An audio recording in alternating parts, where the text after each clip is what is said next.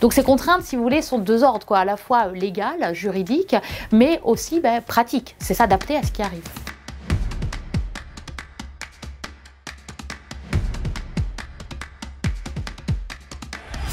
Quelle est l'idée ici? C'est l'idée de subsidiarité. C'est-à-dire que même si le changement climatique est un enjeu global, eh bien des réponses pertinentes peuvent être aussi apportées au niveau local.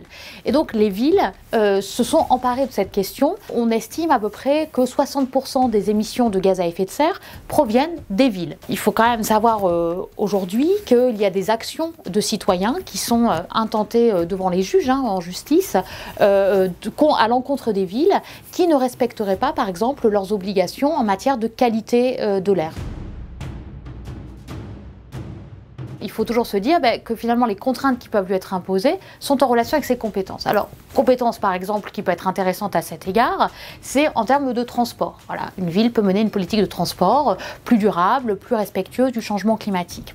Mais si on parle de contraintes, on peut aussi se dire que les villes vont être forcées ou sont déjà forcées dans une certaine mesure de s'adapter au changement climatique. Vous voyez, c'est pas seulement lutter contre le changement climatique, mais c'est aussi s'adapter. Donc ces contraintes, si vous voulez, sont de deux ordres, quoi, à la fois légales, juridiques, mais aussi pratiques. C'est s'adapter à ce qui arrive.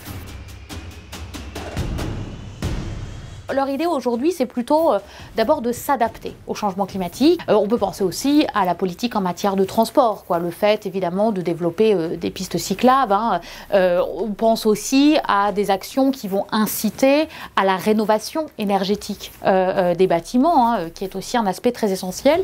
Mais là aussi, vous voyez, les actions des villes peuvent d'abord être incitative plutôt que contraignante. La contrainte peut venir d'une loi au niveau national, mais si vous voulez, les actions ajoutées au niveau de la ville vont être ici limitées.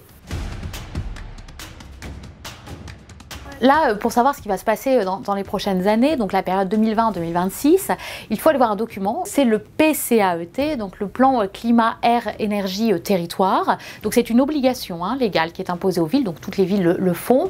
Ça va concerner la politique de transport, la politique du bâtiment. Donc c'est vraiment un panel d'actions très varié et l'idée c'est qu'évidemment la conjugaison de l'ensemble de ces actions contribue à la lutte contre le changement climatique, en tout cas à limiter ou à réduire les émissions de gaz à effet de serre.